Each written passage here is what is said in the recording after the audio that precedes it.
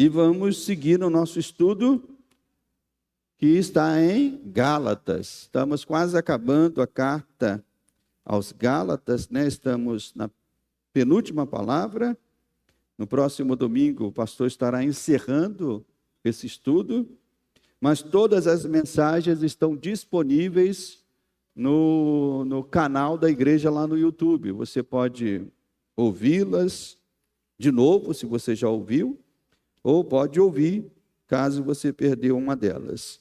Gálatas, capítulo 5, a partir do verso 16, e nós vamos ler até o verso 26. Digo, porém, andai no Espírito e jamais satisfareis a concupiscência da carne. Porque a carne milita contra o Espírito e o Espírito contra a carne, porque são opostos entre si, para que não façais o que porventura seja do vosso querer. Mas se sois guiados pelo Espírito, não estáis sob a lei. Ora, as obras da lei as obras da carne são conhecidas e são prostituição, impureza, lascívia, idolatria, feitiçarias, inimizades, porfias, ciúmes, iras, discórdias, dissensões, facções, invejas, bebedices, glutonarias e coisas semelhantes a estas, a respeito das quais eu vos declaro, como já outrora vos preveni, que não herdarão o reino de Deus os que tais coisas praticam. Mas o fruto do Espírito é amor, alegria, paz, longanimidade, benignidade, bondade, fidelidade, mansidão, domínio próprio. Contra estas coisas não há lei. E os que são de Cristo Jesus crucificaram a carne com as suas paixões e concupiscências. Se vivemos no Espírito, façamos o que, irmãos? Andemos também no Espírito. Não nos deixemos possuir de vanglória, provocando uns aos outros, tendo inveja uns dos outros. Somente até aqui, amado Deus e amado Pai, que o Teu Espírito, Senhor, conduza esse momento, me dando graça, unção, sabedoria, autoridade vinda do alto, Senhor, para poder entregar a Tua palavra nesta manhã ao Teu povo. Mas também, Senhor, prepare cada coração aqui para ser uma boa terra, recebendo a semente da Tua palavra, e que essa semente, Senhor, cresça e produza os frutos para a Tua glória na vida desses irmãos. Oro, Senhor, para que nenhuma preocupação com coisas que estão lá fora venha atrapalhar o Teu servo e a Tua serva de receber a palavra nesta manhã. Mas que a atenção seja total para a Sua palavra. No nome santo de Jesus, amém e amém. Os irmãos podem assentar. O título dessa palavra é Cristãos vivem no Espírito. Cristãos vivem no Espírito. Nós que já vivemos há um bom tempo no Rio de Janeiro, né? Nós que somos nativos dessa cidade, moradores dessa cidade já há um bom tempo, já nos acostumamos, infelizmente, em conviver com a criminalidade perto de nós.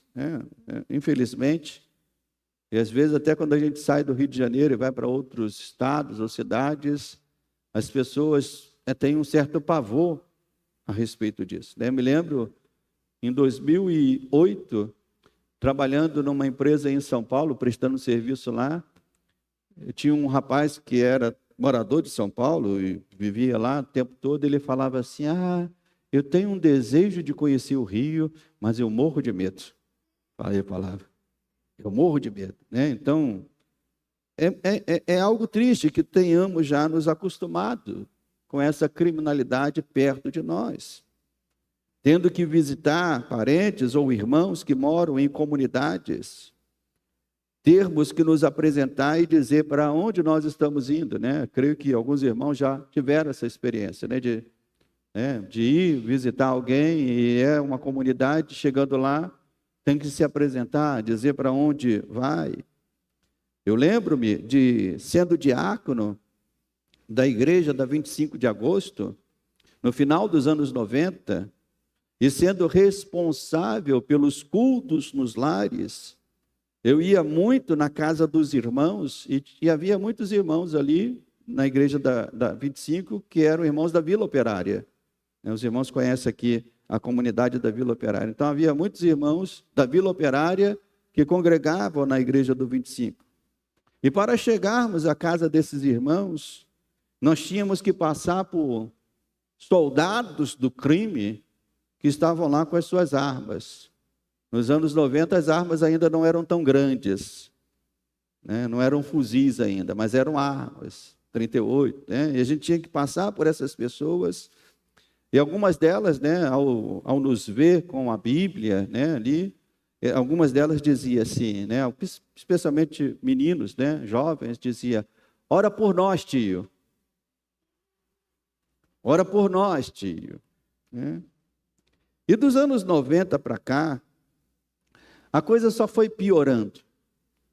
Hoje convivemos com a triste realidade de igrejas que, estando perto demais de comunidades dominadas pelo crime, já não realizam mais os seus cultos de noite, ou até mesmo mudaram o horário. Recentemente, no retiro do ano passado, o bispo Walter até deu essa orientação a alguns pastores da nossa denominação, dizendo: olha, se vocês são igrejas que estão perto de comunidades, repensem em, de repente, num culto, num horário muito tarde, traga para um pouco mais cedo, enfim. É uma preocupação. Eu já ouvi até falar de casos de igrejas que, de fato, já fizeram isso, já não fazem o culto no domingo à noite, por conta do perigo que é de estar nessas comunidades. Mas um fato mais assustador, e que passa desapercebido a muitos que já estão acostumados demais com estas coisas, é a aceitação de que um traficante possa ser chamado de cristão ou evangélico. Recentemente, um criminoso perigosíssimo do Rio de Janeiro ganhou as manchetes dos jornais e das redes sociais por proibir, né, a realização de cultos afros nas comunidades que ele comanda através do tráfico, né? E esse chefe, né, vamos assim dizer, esse traficante, né, por conta dessa atitude que ele tomou, foi colocado nas manchetes de alguns jornais, de algumas redes sociais. Ele foi chamado de um traficante evangélico. E se você procurar isso nos noticiários, você vai ver que alguns noticiários, de maneira correta, ao falar isso, traficante evangélico, coloca entre aspas a palavra evangélico, dizendo que, obviamente, que isso é uma ironia, isso é algo, né, que não acontece. Mas outras não. Outras colocam isso sem aspas, acreditando que um traficante possa ser, de fato, evangélico. Então, alguns veículos noticiaram isso. Mas, na verdade, irmãos, a expressão traficante evangélico representa um oxímoro. Eu não sei aqui se tem alguma professora de português aqui entre nós, né? Um oxímoro. Ou seja, a junção de palavras que não podem ser combinadas. Na língua portuguesa, isso é uma figura de linguagem. Quando você junta duas palavras que não podem ser combinadas, e geralmente, quando isso é feito de uma maneira irônica, é feito de uma maneira debochada, né? Junta duas palavras, isso é um oxímoro. Outros exemplos de oxímoro pode ser um doce salgado. Eu comi um doce salgado. Se é doce, é doce. Se é salgado, é salgado. Um doce salgado.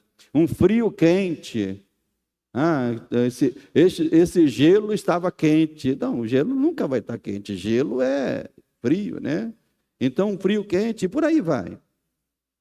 E nós podemos dizer, irmãos, que nesta parte do texto que vamos estudar agora de manhã, o apóstolo Paulo estava combatendo essa ideia, né? Essa ideia errada, ou um oxímoro, né? Que já começava em seu tempo e que infelizmente chega até os nossos dias. Que oxímoro, pastor? Que ideia errada? A ideia de que um cristão pode ser carnal. Cristão carnal não existe, meus irmãos. Só existe como uma figura de linguagem. Porque se é cristão, não é carnal. E se é carnal, não é cristão. Né? Cristãos são homens e mulheres dirigidos pelo Espírito Santo. Cristãos são homens e mulheres que demonstram o fruto do Espírito na sua vida. Então, nessa parte do texto, o apóstolo Paulo está combatendo essa ideia errada de cristão carnal como uma aberração, como algo que deve ser rejeitado entre os filhos de Deus. E no meio da igreja, como nós estudamos no domingo passado, havia um terrível ambiente, né?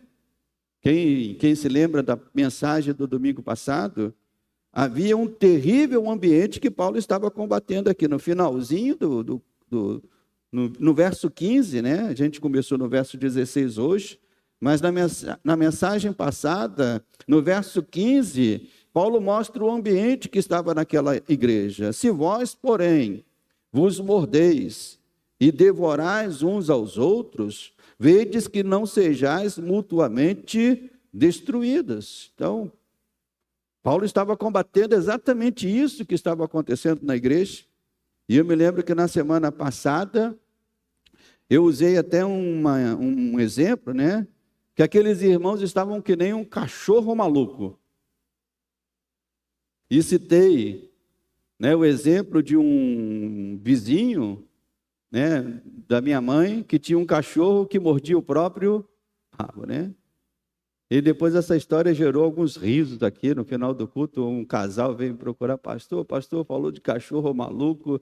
Eu fiquei imaginando esse cachorro e fiquei rindo com isso. Sim, irmãos, é uma imagem que nos traz riso, mas que ao mesmo tempo é algo terrível, que possa acontecer no meio de uma igreja, pessoas que estejam se mordendo, se devorando e se destruindo. E os irmãos da igreja da Galácia estavam fazendo isso, e é por isso que Paulo diz, olha, digo porém, vocês devem andar no Espírito. Porque andando no Espírito, vocês não vão satisfazer a essas vontades ou a esses desejos. E por que isso estava acontecendo naquela igreja? Acontecia porque eles estavam abrindo brechas para a carne agir e comandarem em suas vidas. E a vida na carne, meus irmãos, está associada ao desconhecimento do verdadeiro evangelho. Aqueles que estavam abandonando o evangelho de Paulo, olha como que é perigoso quando você abandona o verdadeiro evangelho. Né? Aqueles que estavam abandonando o evangelho que Paulo pregou, que Paulo, movido pelo Espírito, movido pela revelação do Senhor, trouxe para pregar nas igrejas e na igreja da Galácia, né? Aqueles que estavam abandonando esse evangelho, eles estavam começando a trazer um falso evangelho. E esse falso evangelho estava impondo regras e leis que tinham como base um coração orgulhoso e presunçoso, de que eles, por sua própria força, poderiam alcançar a sua salvação. E a consequência, irmãos, é quando uma igreja ela se afasta do verdadeiro evangelho e vai para um falso evangelho, é que a carne encontra um campo fértil para poder agir. A carne encontra portas escancaradas pela qual ela vai se manifestar. Então, a vida na carne, quando você vê alguém vivendo na carne, pode ter por certo que ele não conhece o verdadeiro evangelho. ele não foi transformado pelo verdadeiro evangelho. Porque o verdadeiro evangelho nos ensina que nós devemos nos humilhar, nos quebrantar, trazer glória ao nome de Cristo Jesus. Ao passo que a vida no Espírito Santo começa pela consciência de que nós somos justificados por Deus, tanto eu como os irmãos. Então não há motivo de orgulho. Não sou eu que sou um homem melhor do que os irmãos para garantir a minha salvação. A minha salvação é garantida em Cristo Jesus. Não são os irmãos que são melhores do que o pastor para garantir a vossa salvação. A salvação de todos nós que estamos aqui é uma salvação garantida em Cristo Jesus. Então, quando nós entendemos isso, isso quebra qualquer motivação de orgulho, qualquer motivação de soberba. E esta consciência só pode ter aqueles que abraçam o verdadeiro evangelho. E nesses corações transformados por Cristo, né, haverá uma mudança, né? Os corações que são transformados por Cristo, haverá uma mudança de menos espaço para a carne e mais espaço para quem, meus irmãos? Para o Espírito Santo. Entenda que o coração de alguém nunca é uma terra vazia. Nunca é uma terra sem dominação. Ou esse coração é dominado pela carne, ou esse coração é dominado pelo Espírito.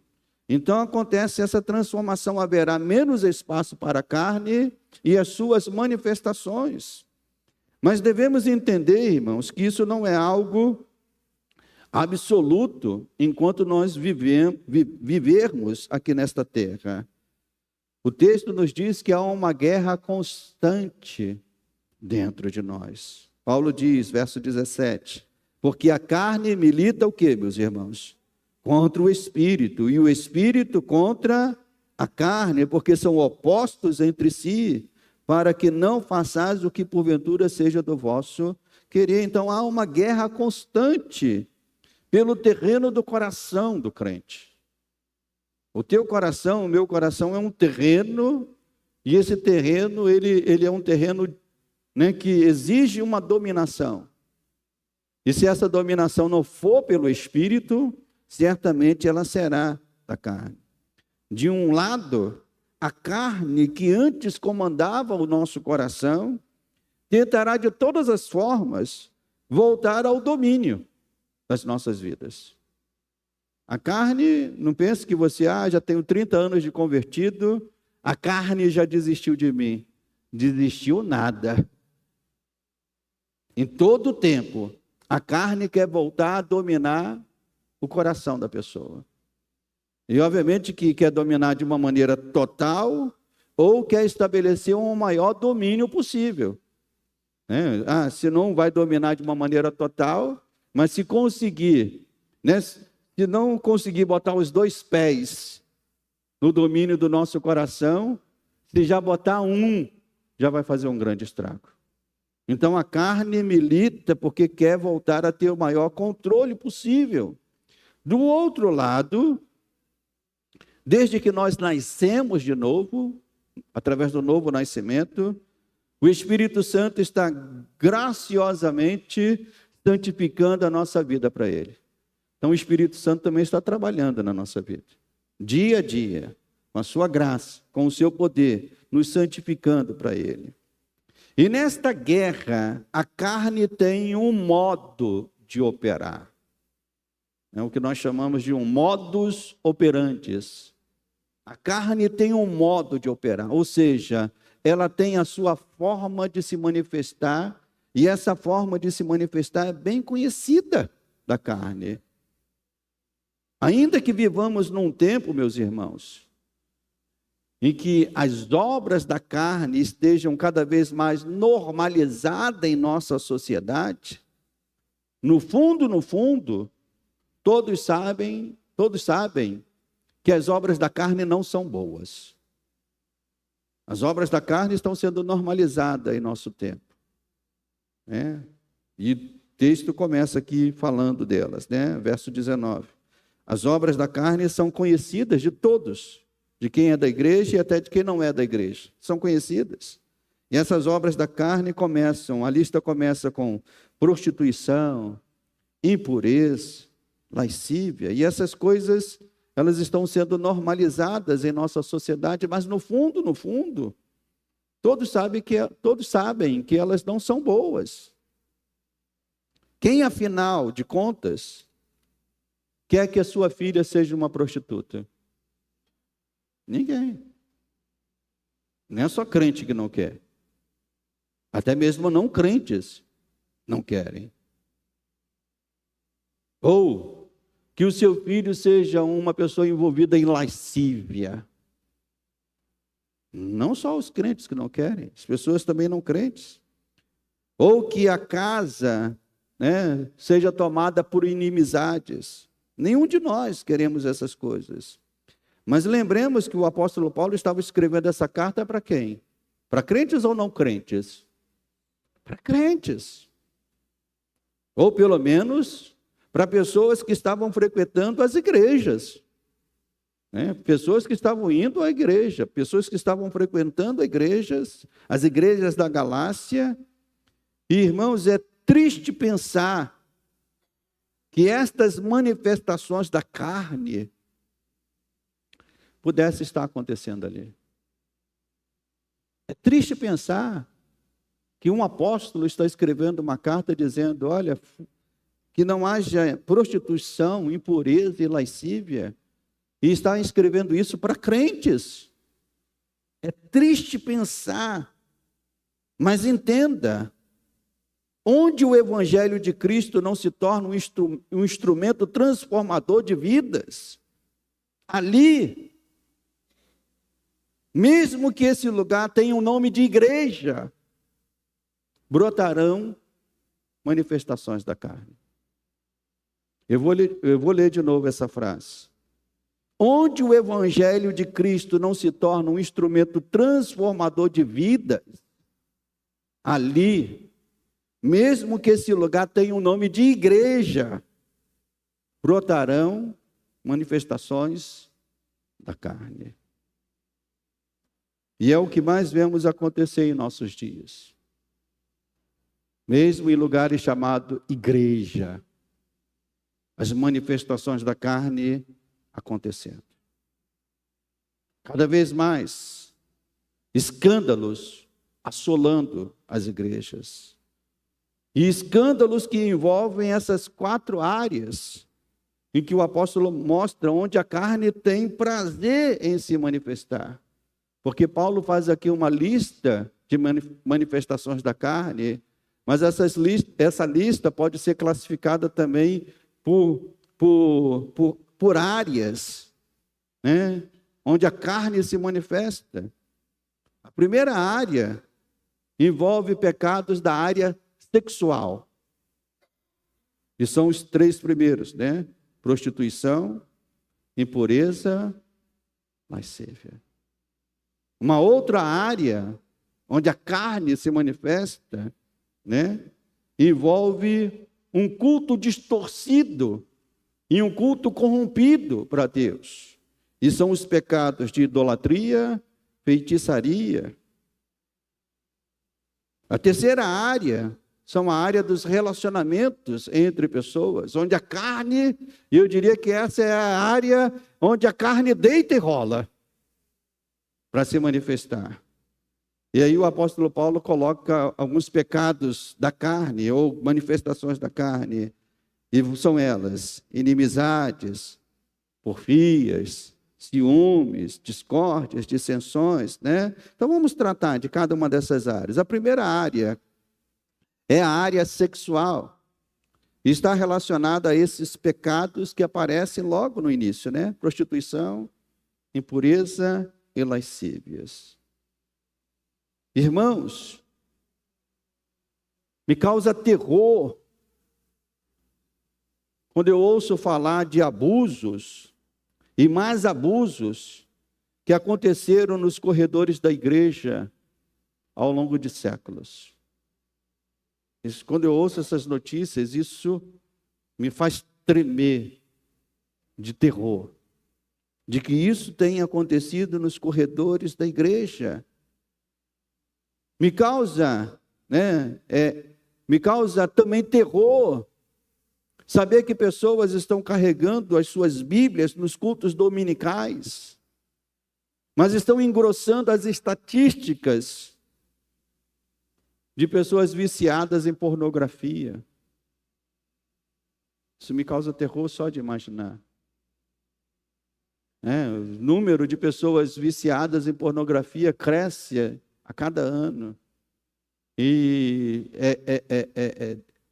é algo deduzido, ou é algo óbvio, que nesse número também tem a participação de muitas pessoas que frequentam as igrejas. É lamentável ouvirmos casos de adultério entre pessoas que frequentam a igreja. Isso mostra o quê, meus irmãos? O que isso mostra? Quando a gente sabe destas coisas acontecendo, o que isso mostra? Mostra que a carne, meus irmãos, é um inimigo terrível, que tem que ser vencido. E foi para a liberdade destas coisas que Cristo nos libertou. Quando Paulo diz, foi para a liberdade que Cristo nos libertou, é a liberdade destas coisas. É para não sermos mais escravos destas coisas. É para não sermos mais dominados por estas coisas. Então foi para a liberdade destas coisas que Cristo nos libertou. Mas nós não podemos achar, meus irmãos, que essa liberdade não compreende luta, sofrimento e morte do nosso eu dia a dia. A carne precisa ser morta dia após dia. Diga comigo, a carne precisa morrer todos os dias da nossa vida. Todos os dias, todos os dias. A segunda área, segundo aqui a lista, que a carne se manifesta, é num culto pagão e corrompido que se oferece a Deus nos nossos dias. Um culto marcado pela idolatria a homens e cheio de feitiços mascarados. Quando a gente vê a realidade da igreja no mundo, e a realidade da igreja no Brasil, especialmente, que é o lugar onde a gente convive, nós podemos identificar que o culto a Deus, em muitos lugares, se tornou uma coisa corrompida. Se tornou um culto pagão. Se tornou um culto cheio de feitiços mascarados, de idolatria a líderes. Eu lembro de alguns anos atrás, quando um casal de pastores viajava para os Estados Unidos. Esse casal de pastores foram flagrados escondendo dólares em suas malas e até em parte do corpo.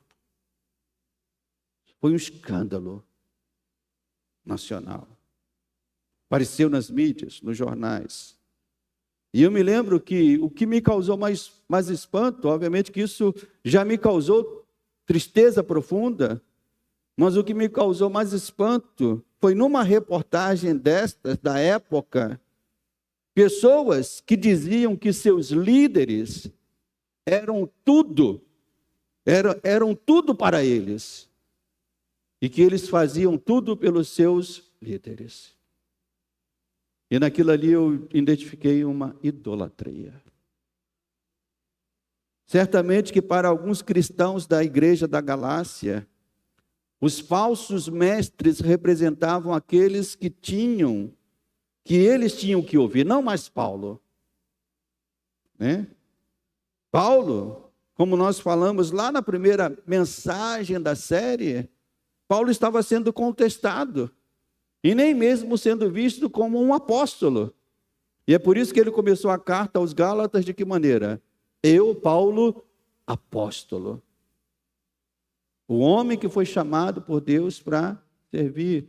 Porque aqueles cristãos estavam mais ligados aos falsos mestres. E provavelmente havia idolatria no meio deles. A carne, meus irmãos, não está apenas lá fora. Eu quero que os irmãos, nessa mensagem, grave isso. Entenda como seria bom se a carne permanecesse só fora das igrejas. Mas entenda, a carne não está apenas lá fora. Ela também se adentrou na igreja. E o pior de tudo, ela se cristianizou. Hoje a carne está cristianizada. Há muita aceitação da carne no meio das igrejas. Há muita aceitação da carne nos comportamentos de pessoas que estão nos quadros da igreja. Então a carne adentrou a igreja. A terceira área onde a carne se deleita e se manifestar, e eu digo que nesta área é o campo mais aberto para a carne agir. Ela age de uma maneira livre e abundante. É nas relações entre as pessoas. Por isso que Paulo relacionou mais pecados nesta área. Se você ver a lista aí do texto, né, para a área sexual, 3 pecados, ou 3 manifestações da carne. Para a área do culto, 2 manifestações. Mas quando fala das relações entre pessoas, a lista é grande. Compreende, né? Compreende inimizade, porfias, ciúmes, iras, discórdias, dissensões, facções, invejas. Ufa! E entenda uma coisa, a lista não é exaustiva. Se Paulo tivesse que listar cada coisa onde a carne se manifesta, certamente essa lista seria uma lista de umas 100 coisas. A lista é só uma lista representativa, pois os pecados são bem mais que esses listados aqui, né? Mas é vergonhoso, irmãos, e é uma vergonha para nós, cristãos de uma maneira geral, de quantas inimizades são reais e palpáveis entre os cristãos hoje em dia. Talvez você conheça um cristão, seja dessa igreja ou de outra igreja, que talvez essa pessoa diz assim: eu odeio o fulano. Ou eu não falo com ciclano. Eu não quero saber de Beltrano. É algo vergonhoso, de inimizades que são reais e palpáveis. É vergonhoso quantas facções e divisões envolvem as igrejas em nossos dias. De sabermos de histórias, de igrejas que são divididas por grupos, por facções, por essas inimizades. É algo vergonhoso. Quanta inveja impede que irmãos se alegrem com as bênçãos que Deus tem dado a outros irmãos. Se Deus tem abençoado outros irmãos, isso tem que trazer alegria, não inveja. Não o desejo de que, de que aquela pessoa tem que ser diminuída, ou de que aquela pessoa não possa receber aquelas coisas, para que a gente se sinta melhor ou maior do que aquelas pessoas. Não, meu irmão. Isso não é um sentimento cristão. O sentimento cristão é se alegrar com o crescimento de pessoas que estão à nossa volta. É de se alegrar com as bênçãos que Deus tem dado a essas pessoas. A carne é terrível, irmãos. E continua assolando a comunidade dos santos por meio daqueles que não vigiam. E é por isso que Paulo está dizendo aqui, olha, cristão carnal é algo que não pode existir. E a última área que vemos das manifestações da carne, está aqui no verso 21, invejas ainda vai para a parte da terceira área, os relacionamentos, mas depois Paulo fala de 2 coisas, bebedices e glutonarias, né? E a última área em que vemos as manifestações da carne, e isso aqui, o que quer dizer isso? Bebedice e glutonaria. Isso fala do descontrole e da desmedida que comanda a vida de muitos crentes. No que diz respeito ao comer, ao beber, mas que pode ser estendidos também a outras coisas de modo geral. Quando, naquela época, glutonaria e bebedice falavam de desmedida, de descontrole na vida de pessoas. E também ainda hoje, né? Nós vemos o descontrole nessas áreas na vida de muitas pessoas. Mas isso também hoje, em nossos dias, pode ser ampliado para outras coisas, né? Para outros descontroles. De uma maneira geral, por exemplo, são pecados que envolvem a desmedida ou a falta de controle, a perda do domínio de suas próprias vidas. Por exemplo, cada vez mais cresce o número de pessoas que perdem o controle dos seus gastos. É algo que está aí acontecendo. E a pergunta é, um cristão poderia agir assim? O certo é que não. Obviamente que sabemos que essas coisas podem acontecer por uma necessidade, pode acontecer por um revés que a vida nos traz, mas não pode ser uma prática de um cristão ser descontrolado, de não ter controle, né, dos seus consumos. Então, cresce cada vez mais o número de pessoas que perdem o controle nessas coisas. E a grande maioria tem a ver com esta perda de controle. Então, a carne, meus irmãos, ela está agindo na área sexual, no culto errado a Deus, nas relações entre pessoas, provocando os estragos piores que ela puder provocar. E, infelizmente, esses estragos não estão restritos lá fora. Infelizmente, esses estragos também acontecem dentro das igrejas.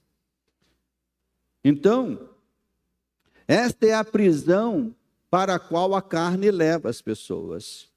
E não necessariamente pessoas que estão fora da igreja, mas para pessoas que estão dentro da igreja. Então, quando Paulo escreve aqui na carta aos Gálatas, foi para a liberdade que Cristo vos libertou, é esse tipo de liberdade que Paulo está ensinando. Nós somos livres dessa dominação da carne, nós não podemos mais voltar para ela. Por isso que Paulo está frisando bem, foi para a liberdade que Cristo nos libertou. E como bem escreveu o autor John Stott, ele escreveu o seguinte, abre aspas, a liberdade cristã é liberdade do pecado, e não liberdade para pecar. Então, quando a Bíblia ensina que nós somos livres do pecado, fomos chamados à liberdade, é uma liberdade do pecado. O pecado não tem mais domínio sobre as nossas vidas. E não o contrário, uma liberdade para pecar. E ele continua, é uma liberdade irrestrita para se aproximar-se de Deus como seus filhos. Fecha aspas. Então, a liberdade que Cristo nos trouxe, meus irmãos, é uma liberdade irrestrita para que a gente possa desfrutar dessa grande alegria de sermos filhos de Deus, mas filhos guiados pelo Espírito, filhos que agradem ao Pai, filhos que vivam em santidade, e não filhos que vivam de qualquer jeito. Então, a liberdade não é para pecar, é liberdade para não pecar. É liberdade para sermos controlados pelo Espírito. Mas a pergunta que devemos fazer é, como podemos então, pastor, desfrutar e conservar esta vida de liberdade em Cristo, se a nossa carne está sempre nos tentando? Como é que isso acontece? Você é um cristão há 20, 10, 5 anos, 1 ano, e a pergunta é a mesma para todos. Como é que a gente consegue viver uma vida de liberdade em Cristo se a carne todo dia bate na porta do nosso coração dizendo, opa, posso voltar? Tem um lugarzinho para mim? Tem um espaço para mim? Como é que nós podemos, pastor, vencer essas tentações? E a resposta está aqui no texto bíblico, No verso, logo Paulo já abre, no verso 16. Andai no Espírito e jamais satisfareis o quê, meus irmãos? a concupiscência ou os desejos da carne. Então, a resposta é vivendo uma vida no Espírito. Você só vai conseguir conservar essa liberdade que Cristo te trouxe vivendo uma vida no Espírito. Somente o Espírito pode nos garantir vitória sobre a carne. Você sozinho não vai vencer a carne. Por mais que, mas eu já tenho 20 anos de crente e não vou, a carne já não tem mais espaço na minha vida. Eu acho que eu já contei isso aqui quando eu me converti. Ainda bem jovem, me converti aos 16, mas provavelmente aos 17 anos, 18. Eu me lembro que já comecei a ser obreiro na igreja, e eu me lembro que estava ali na igreja da Itatiaia. Eu estava na recepção, escalado para a recepção, e obviamente que tinha outros obreiros, né? E tinha um obreiro já de cabelo grisalho. Depois eu vou falar o nome para a irmã Lourdes, mas não vou falar aqui de púlpito não, né? Cabelo grisalho, já um senhor, e ele, na conversa ali da recepção, ele falou algo que me chocou. Eu, um novo convertido, um obreiro recém-formado, né, recém-iniciado no trabalho, e esse senhor que já era antigo de igreja, cabelo branco, ele falou numa conversa de recepção de igreja, ele falou assim: eu sou crente, mas não sou bobo, não. Se pisar no meu calo, vai ter que ouvir. E quando ele falou isso, aquilo me chocou. Porque eu já buscava o entendimento de que isso não é uma ação de alguém dirigido pelo Espírito, mas alguém dirigido pela carne. Então, a única maneira, irmãos, independente da idade que você tem, independente do tempo que você tem de igreja, a única maneira para vencer essa carne que está aí, do tempo todo à nossa volta, querendo dominar, querendo voltar, querendo te fazer falar essas coisas. Porque quem de nós, de vez em quando, não sente a vontade de falar isso, né? Não pisa no meu... Não tenho sangue de barata. Né? Quem já disse isso, pede misericórdia a Deus nesta manhã. Eu não tenho sangue de barata. Mas você tem sangue de cristão. Você tem sangue de Jesus derramado sobre a tua vida. E você só vai conseguir vencer a carne se você for um homem e uma mulher guiado pelo Espírito. É só Ele. É a vida no Espírito que nos livra de satisfazer a vontade da carne. Né? E John Stott, ele coloca muito bem isso no seu livro, que ele fala sobre Gálatas, quando diz assim: jamais satisfareis a concupiscência da carne ou o desejo da carne, não significa que nós não vamos tropeçar e falhar. O que significa é que você não vai ter mais prazer nisso.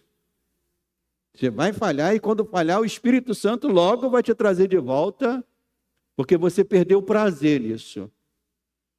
E essa é a grande marca. Aqueles que são dirigidos pelo Espírito já não satisfazem o desejo da carne, ou seja, não tem mais prazer nisso, ainda que pequem, ainda que falhem. Então, para nos livrar dos pecados da área sexual, então, voltando àquelas áreas, para nos livrar do pecado das áreas sexual, está aqui também Paulo diz, né? Mas o fruto do Espírito, verso 22, e Paulo também faz uma lista. Também não é uma lista exaustiva, é uma lista representativa de coisas que o Espírito Santo traz para nós. Verso 22, mas o fruto do Espírito é amor, alegria, paz, longanimidade, benignidade, bondade, fidelidade, mansidão, domínio próprio. Contra estas coisas não há lei. Então, estas ações, né, do Espírito Santo, nos levará a vivermos uma vida onde o fruto e as manifestações do fruto aparecerão na nossa vida e nos farão combater aquelas áreas que o pastor falou, né? Os pecados da área, as manifestações da área sexual na carne, o que nós recebemos do Espírito? nós viveremos uma vida imersa nesses atributos aqui, ou manifestações, no amor e na fidelidade. Note que a palavra fruto, quando você vê aqui, verso 22, mas o fruto, o texto não diz o quê? Frutos.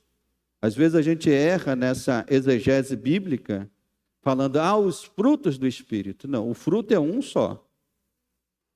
Então, uma vida que é guiada pelo Espírito, o fruto do Espírito vai estar nessa vida, e esse fruto que é um só, ele vai se manifestar com as suas características. Então, não pode faltar essas características, o fruto é um só.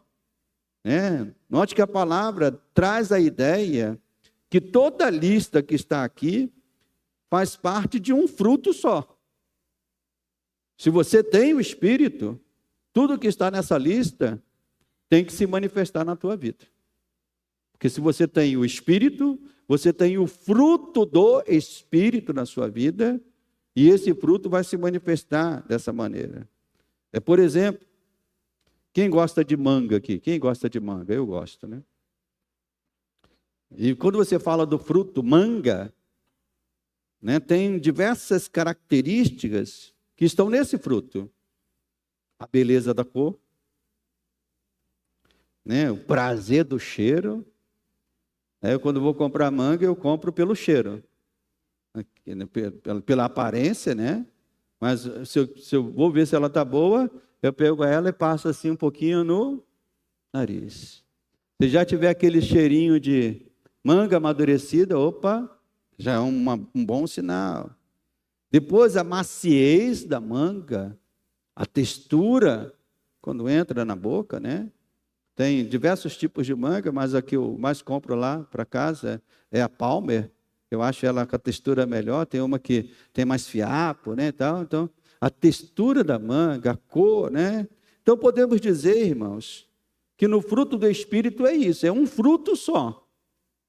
Mas esse fruto, da maneira que você vai olhar, você vai ver essas coisas. Vai ver fidelidade, vai ver amor, vai ver mansidão, vai ver domínio próprio. Amém, meus irmãos? Então, essas coisas devem estar presentes na vida de todos aqueles que são guiados pelo Espírito. Então, uma pessoa que tem o Espírito, tem o fruto. Então, um cristão, por exemplo, não pode ser um cristão mulherengo, namorador ou namoradeira. A sua vida deve revelar o que? As marcas do Espírito Santo na vida. Então, na área sexual, o amor e a fidelidade vai fazer com que aquela pessoa guarde o seu coração. Se é um homem casado, guarde o seu coração para a sua amada. Se é uma mulher casada, guarde o seu coração para o seu amado. Se é um jovem cristão, ele vai se guardar até que chegue ao casamento. Enquanto for namorado, vai se guardar, para que o Espírito seja glorificado. Então, a presença do Espírito vai nos livrar disso. Não é você que é bom para resistir a essa coisa. Eu me lembro dos nossos líderes de juventude, que nos davam conselhos lá, dizendo, está namorando, casa, porque é importante do que viver abrasado. E o tempo não mudou não, irmãos. O tempo ainda continua sendo o mesmo. Não é você que é bom ou boa para resistir a essas coisas. É o Espírito Santo que tem que estar na tua vida. É Ele que vai te capacitar a você, no período do namoro, se guardar. Sendo um homem casado, se guardar no casamento para sua esposa, para o seu esposo. É Ele que nos livra desses males da carne. Para nos livrar dos pecados de um culto indevido a Deus, o Espírito Santo também se manifesta. Os frutos aqui podemos ver também a respeito do amor e também a respeito da paz. E a palavra paz, nos escritos paulinos, tem um sentido muito mais profundo do que normalmente se dá hoje. Quando se fala de paz, né, qual é a primeira ideia quando você ouve a palavra paz? Aí você, para a gente que é morador do Rio, um lugar que você possa sair e voltar 11 horas da noite sem preocupação, isso é paz. Subir para uma região serrana, né, ficar num lugar gramado, olhando para o céu, isso é paz. Mas o apóstolo Paulo, quando escreve de paz nos seus escritos, não é essa a ideia que ele tem. Porque Paulo nem tinha tempo para poder desfrutar dessas coisas. Geralmente estava na cadeia, estava sendo perseguido. Então, o que Paulo tem em mente quando escreve a palavra paz, irmãos, especialmente, traz o sentido de termos sido reconciliados com Deus por meio da morte vicária de Cristo Jesus. Isso lá em Romanos, capítulo 5, ele fala isso, né? Que nós temos paz em Deus por meio de Cristo Jesus, o nosso Senhor. Então, um culto verdadeiro a Deus começa com esta paz, a paz daqueles que foram reconciliados com Cristo. Daqueles que têm paz para poder adorar a Deus na liberdade de saber que ainda que venhamos a falhar e pecar, a nossa salvação está garantida na obra do Senhor. E essa paz, irmãos, para cultuarmos a Deus de maneira aceitável, isso é uma obra do Espírito Santo na vida daqueles que foram chamados a essa liberdade. A terceira área, para corrigir os problemas que acontecem nos relacionamentos com o nosso próximo, a lista também é grande. Se a lista das obras da carne é grande, essa lista também, no fruto do Espírito, também se manifesta um pouco mais, né? Aí vem longanimidade, benignidade, bondade, mansidão, e a gente pode colocar também até um pouquinho do domínio próprio. Sabemos que a nossa relação com o próximo é uma área problemática. É ou não é, meus irmãos? Sem entender o outro, é difícil. Às vezes a gente quer que a pessoa pense que nem a gente, fale que nem a gente, seja que nem a gente. Então a área dos relacionamentos com o próximo é uma área por demais problemática. E muitas vezes é o caminho para grandes ataques que o maligno faz. É por isso que essa é a área, eu diria que mais devastada na vida dos cristãos. Muitos cristãos ainda não aprenderam ou ainda não se deixaram ser guiados pelo Espírito para melhorar esse problema nessa área. É onde a carne provoca os piores ataques. Por isso que uma vida mergulhada no Espírito nos fará vencer e minimizar mais e mais esses problemas que tanto mancham e envergonham o nome do Senhor nos nossos dias. É algo vergonhoso, irmãos. Quando nós vemos irmãos que brigam, irmãos que não se falam, irmãos que querem, como se diz a expressão, puxar o tapete um do outro, né? É algo terrível. E só podemos vencer isso, não é porque, agora eu vou ser bonzinho, não. É uma vida no Espírito. É o Espírito que muda o nosso pensamento. É o Espírito que muda. Então, como será maravilhoso quando a bondade, a mansidão dominarem mais e mais as nossas ações no meio da igreja. Seja um homem bom com todos os irmãos aqui da casa do Senhor.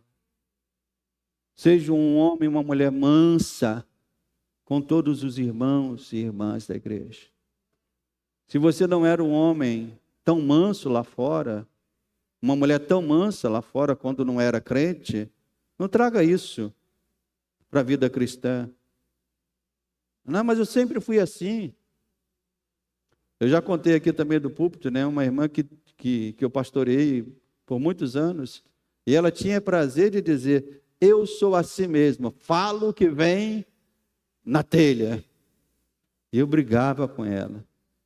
Aí eu brigava com ela, ela pedia perdão, mas daqui a pouco estava ela de volta falando, eu sou assim mesmo. Irmãos, nós precisamos de uma operação do Espírito Santo no nosso meio. Alguém pode falar, não, mas eu já nasci assim sendo um homem manso. Não entenda, não é a mansidão natural. É a mansidão fruto do Espírito. Não é a bondade, mas o fulano sempre foi um homem bom. Não é a bondade natural. Porque a bondade natural é muito condicionada. A mansidão natural é muito condicionada. Eu sou manso com quem é simpático comigo. Eu sou bom com quem é bom comigo. É muito condicionado essas coisas. Mas o fruto do Espírito não. É ser bom com quem não é bom contigo. É ser manso com quem te provoca, com quem está ali te irritando. E isso é só o Espírito que nos capacita para isso. Por último, Paulo toca na manifestação do Espírito que traz domínio próprio.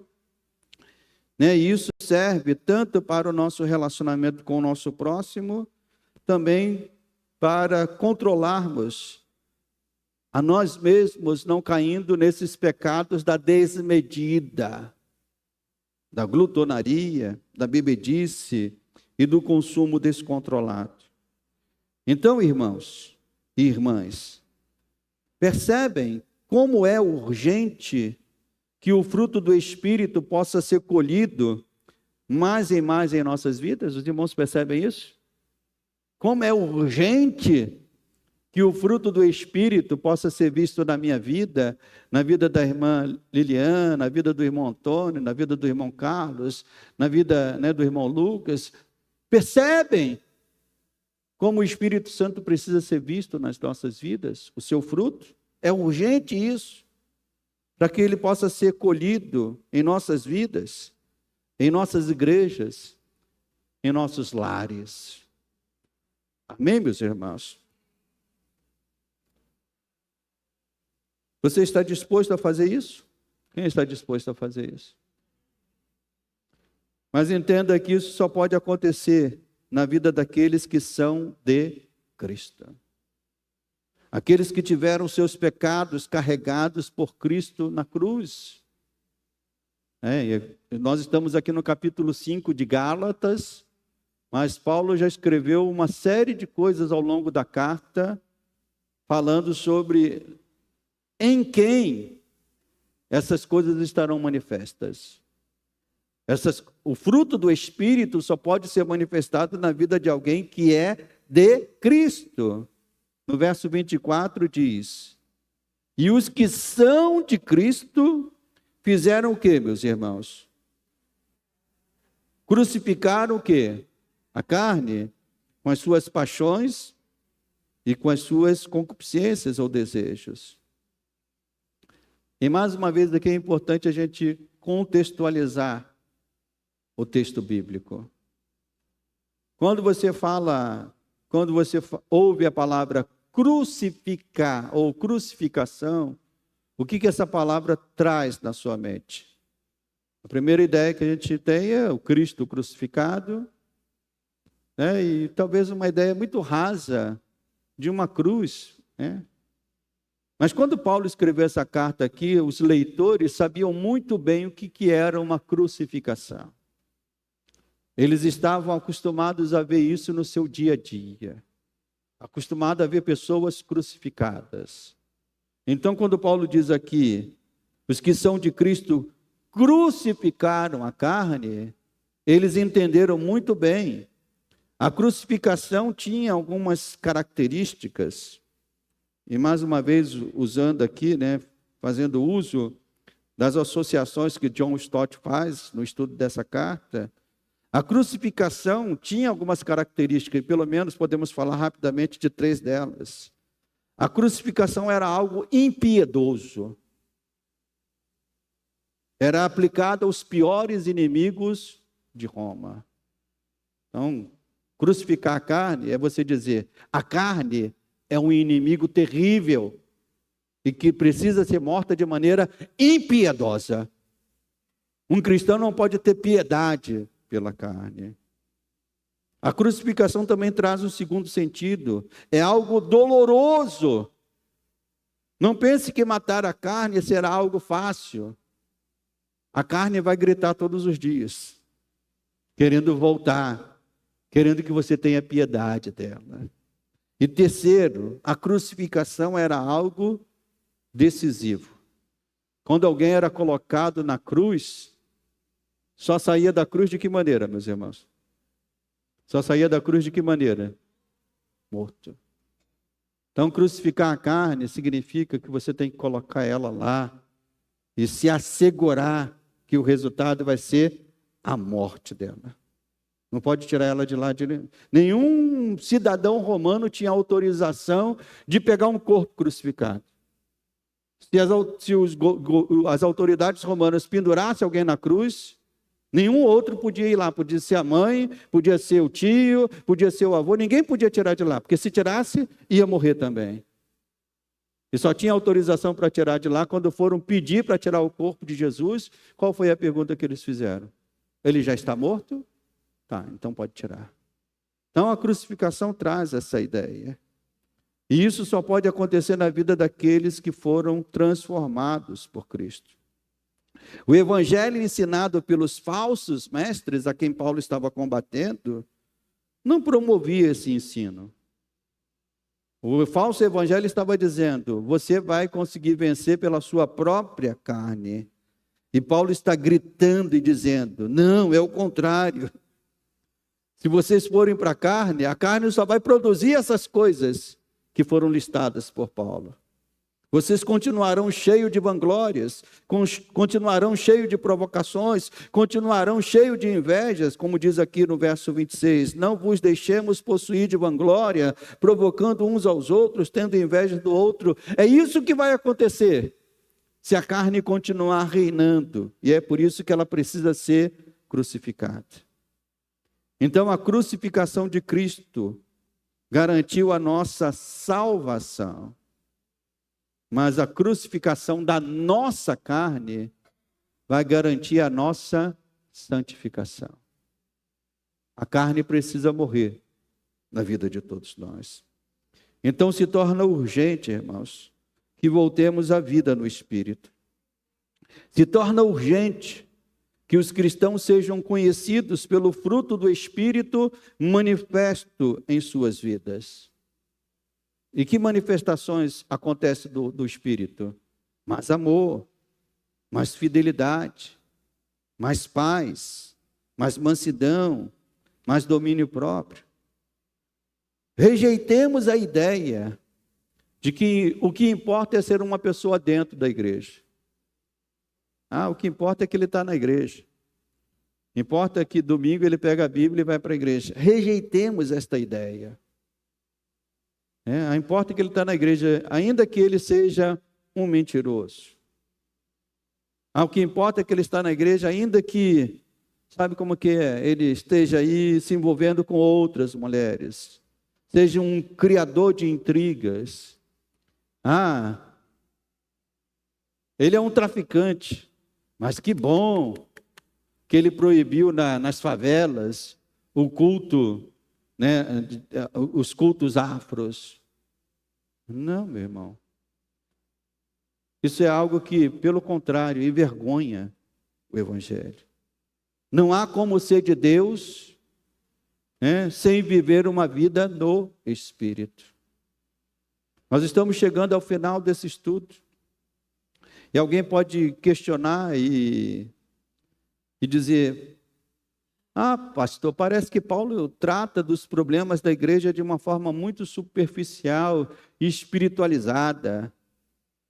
Para algumas pessoas mais pragmáticas, talvez possam pensar assim, Paulo tinha que pegar os falsos mestres, colocar eles no banco, expor os seus nomes, afastar todos aqueles que estavam sendo influenciados por ele. Era isso que Paulo tinha que fazer, para os mais pragmáticos. Mas aqui entra algumas aplicações que a gente tem que trazer para as nossas vidas. Primeira delas, os problemas que aconteceram naquela igreja lá das igrejas da Galácia, ainda se repete muito frequentemente nas igrejas de hoje. E a solução continua sendo a mesma, irmãos. O pastor não tem que ser pragmático, colocar no banco, expor. Ainda que faça isso, posso fazer isso de uma maneira discreta, porque não é isso que vai trazer a solução. Entenda que a solução para todos os problemas que acontecem no meio da igreja, no meio da cristandade, só podem ser solucionados por uma vida no Espírito. É o Espírito que muda o coração humano. É o Espírito, né, que transforma a vida. Somente o Espírito pode trazer a igreja para o seu prumo e para a sua retidão. Então o trabalho do apóstolo Paulo continua sendo o trabalho de todo líder ainda hoje. Qual é o trabalho? Ensinar, exortar e mostrar que somente o Espírito pode salvar a igreja. É uma vida no Espírito. A segunda aplicação. Mas há um trabalho que nós, como membros, podemos fazer. E que trabalho é esse, pastor? Desejar ser um crente guiado pelo Espírito. Você quer que essa igreja seja uma igreja abençoada? Quem que deseja? Então, para você contribuir para que essa igreja seja abençoada, seja um homem, seja uma mulher, guiado pelo Espírito. Ser guiado pelo Espírito de verdade. Isso significa o quê, pastor? Matar, crucificar a carne todos os dias, buscando que esse fruto maravilhoso do Espírito possa ser desenvolvido na nossa vida. E mais, uma vez eu aprendi isso, né, que a Bíblia fala sobre os frutos. O fruto é para você, o fruto, ele é dado a nós. Imagine, uma mangueira, ela come do seu próprio fruto? É um outro que vem desfrutar. Então a vida no Espírito é uma vida, meus irmãos, que é outro que vai desfrutar. Você vai desfrutar em certa medida. Mas quem mais vai desfrutar de você ser um homem cheio do Espírito são as pessoas que estão à sua volta. É eles que vão desfrutar da mansidão, do domínio próprio, da paz, da alegria. O fruto é dado para que o outro desfrute, para que o outro prove. Amém, igreja? Então vamos nos colocar de pé e vamos agradecer ao Senhor, bendizer o Senhor, glorificar o Senhor. Aleluia. E domingo que vem estaremos encerrando o estudo da carta aos Gálatas, essa carta que tanto tem nos abençoado. Feche os teus olhos. Amado Deus e amado Pai, te damos graças e te bendizemos, ó Deus, por este privilégio maravilhoso de poder estudar a Tua Palavra, aprender da Tua Palavra, sermos exortados pela Tua Palavra. Por isso eu oro, Senhor, para que cada irmão e irmã que ouviu a Tua Palavra nesta manhã, saia daqui, ó Deus, com o desejo de viver a Palavra. Quando nós entramos aqui, nós entramos para ouvir a palavra, mas quando nós saímos daqui, nós saímos para viver a palavra. Por isso que cada um dos teus filhos e filhas, Senhor, saiam daqui nesta manhã com esse desejo de serem homens e mulheres conhecidos por esta marca, a marca de ser um homem e uma mulher guiado pelo Espírito, conduzido pelo Espírito Santo, que não seja uma pessoa dada a inimizade, uma pessoa dada aos ciúmes, uma pessoa dada a discórdias, às facções. Não, meu Deus, porque isso é manifestação da carne, mas que sejamos pessoas, ó Deus, onde a manifestação do Espírito acontece. Ó Deus, onde há o amor, onde há a paz, onde há a verdadeira amizade, onde há a verdadeira alegria, fidelidade, bondade, que estas coisas se multipliquem, ó Deus, cada vez mais no meio do teu povo. Eu te peço isso, Pai, no nome santo de Jesus. Amém e amém. Antes de dar a bênção pastoral, lembrando que aqueles irmãos e irmãs que quiserem ajudar as nossas irmãs aí na montagem desse vídeo convite, vai ser aqui à frente, vocês vão estar aqui à frente, elas vão estar aqui à frente, venham aqui para ajudar. E as fotos que foram tiradas, elas serão entregues a partir do dia 24, tá? A irmã Quilane vai preparar, então, a partir do domingo, dia 24, nós estaremos entregando as fotos, celebrando os 30 anos da igreja. Levante a sua mão assim. Amado Deus e amado Pai, obrigado, meu Deus, por esta manhã abençoada, de louvor, de ceia, de palavra, de comunhão, Senhor. Agora, se chegamos ao final desta reunião, leva-nos debaixo da Tua proteção e graça. No nome santo de Jesus, amém e amém. Que Deus abençoe a todos.